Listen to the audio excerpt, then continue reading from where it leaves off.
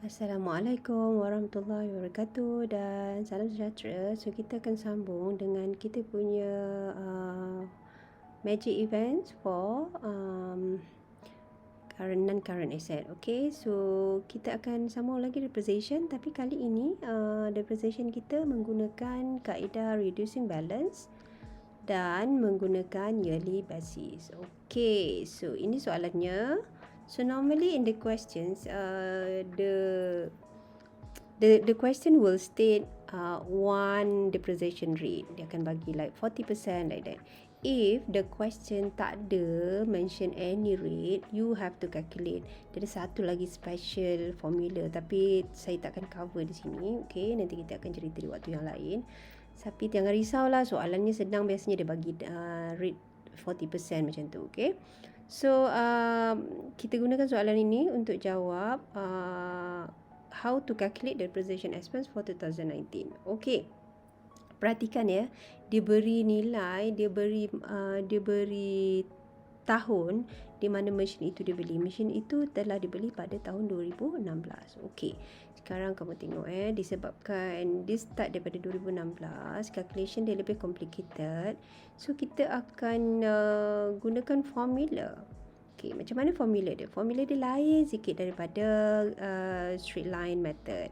Dia punya, kalau straight line method, cost darab dengan depreciation rate, tapi pada kali ini depreciation rate dia bukan darab dengan cost, tapi darabkan dengan cost tolak accumulated depreciation, which is actually cost tolak accumulated depreciation adalah book value. Okay, nilai sisa pula dah, bukan nilai buku.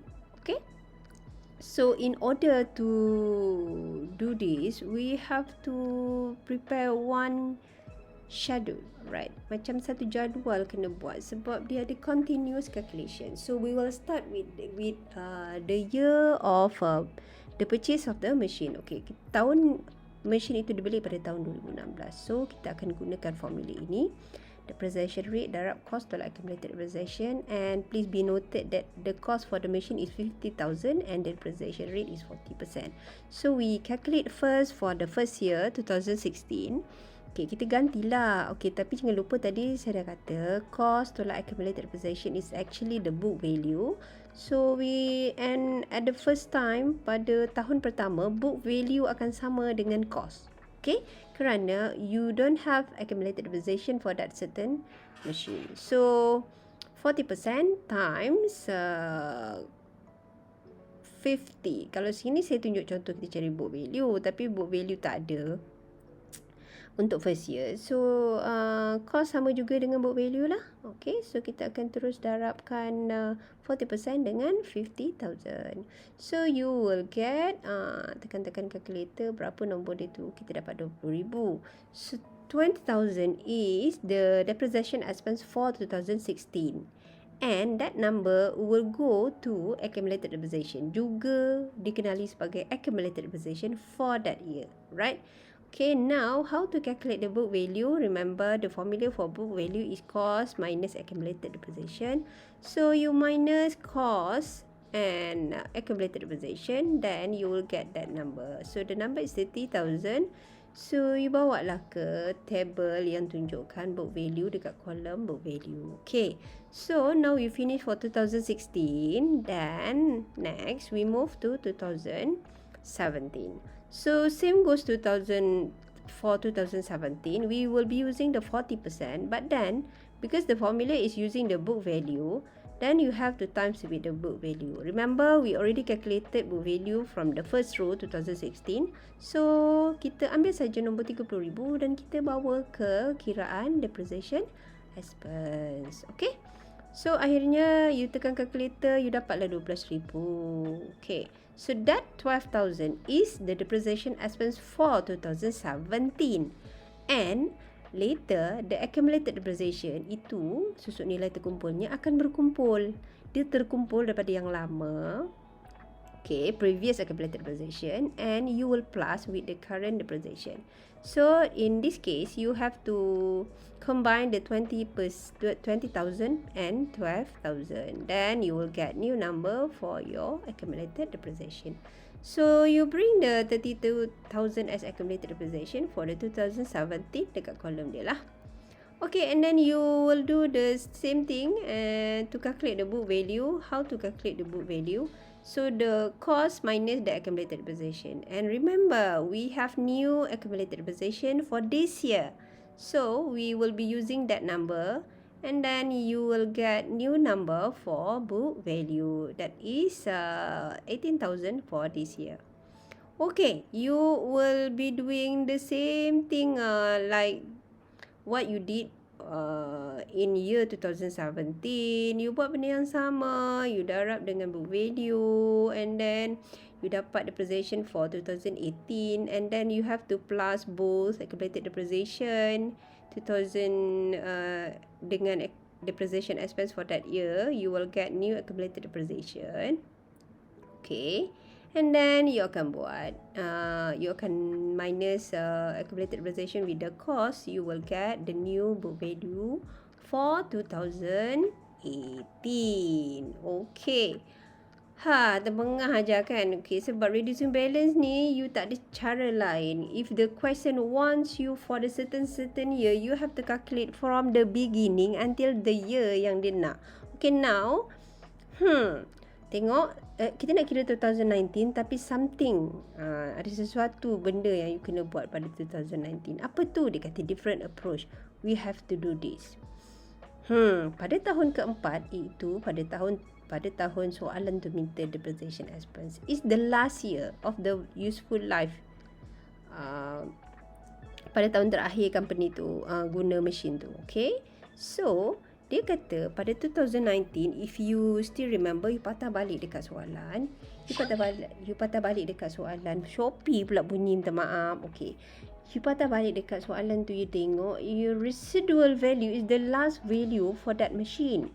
And sepatutnya nilai residual value mestilah menjadi book value pada tahun terakhir.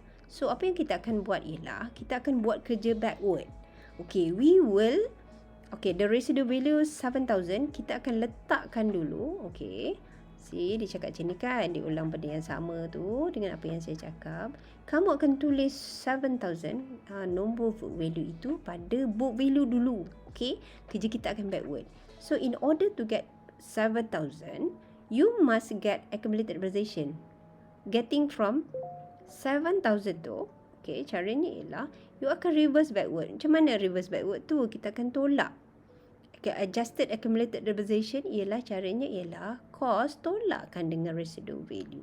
So kalau begitu, you akan tolakkan cost, tolak residual value. Akhirnya, sebenarnya kan you akan dapat accumulated depreciation for the last year. Okay, tahun terakhir tu. Okay, jadi kan kita tak payah calculate apa-apa dah pada 2019. Kita akan reverse. Nombor yang you akan dapat pada tahun 2019 ialah adjusted depreciation expense nama dia. Kita adjust je supaya akhirnya kita akan dapat nombor. Caranya ialah latest accumulated depreciation yang terakhir yang kita dapat tu, kita akan tolak dengan previous accumulated depreciation. Since you know that you will get that accumulated depreciation, actually the combination between the previous accumulated depreciation plus the current depreciation. So in this way you will get the current depreciation for that year. So sekarang pada tahun 2019 kita akan dapat depreciation 3,800 without calculating 40%.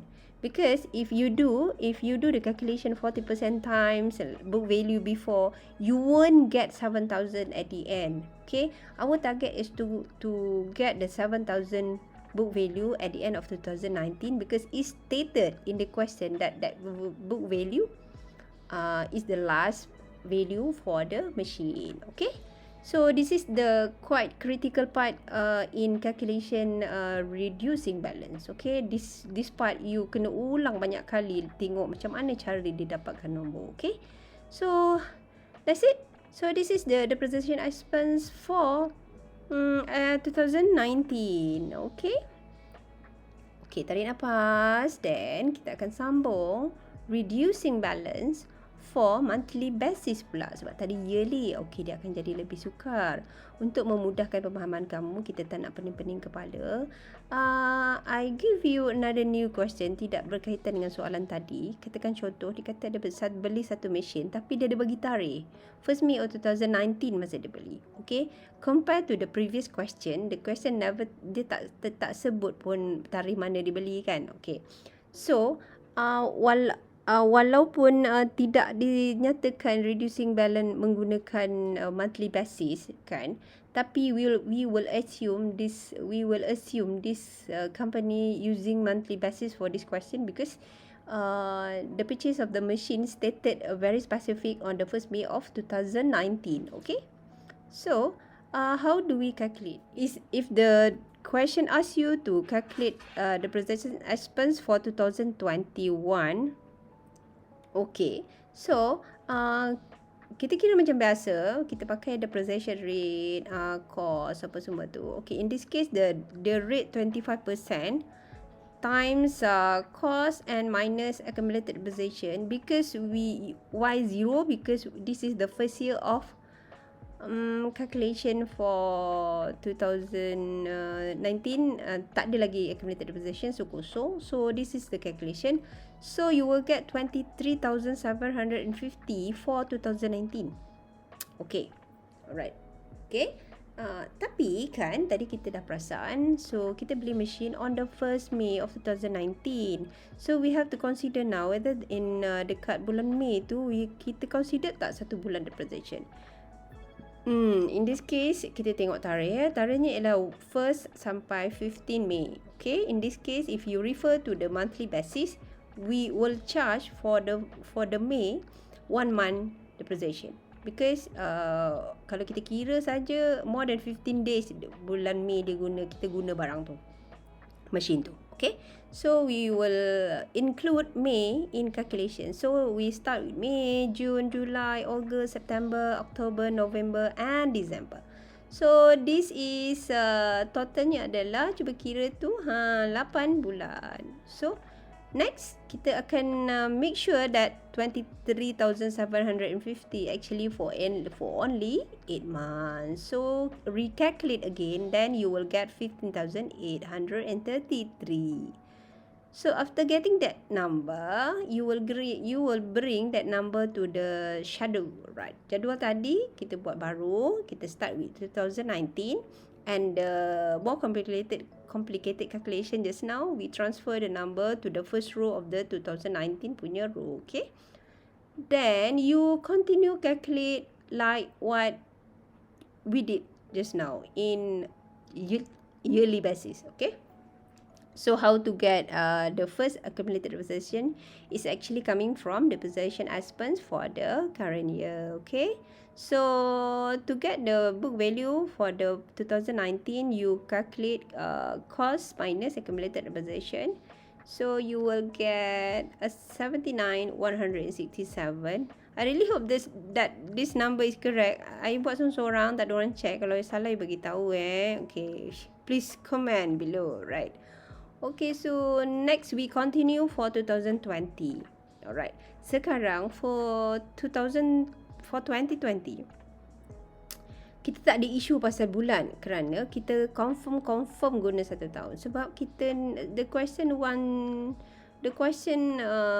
wants you to prepare the depreciation expense for 2021.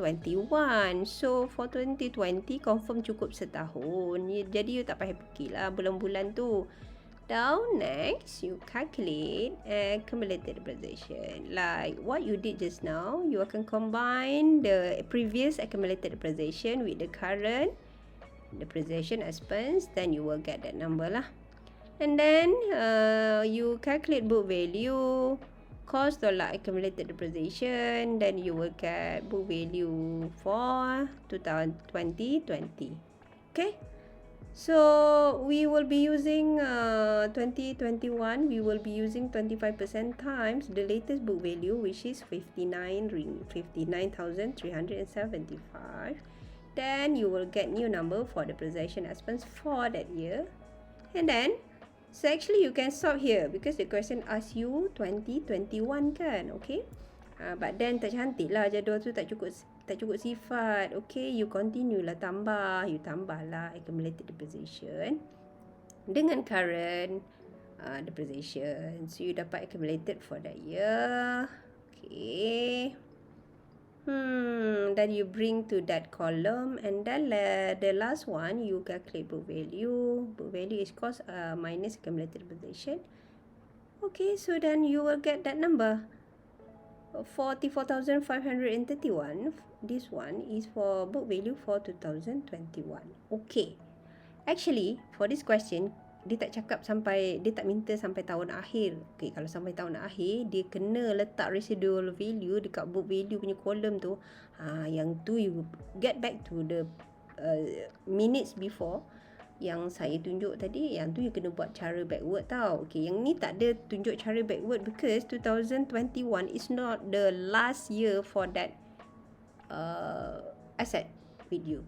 Okay, so that is the depreciation expense for 2021.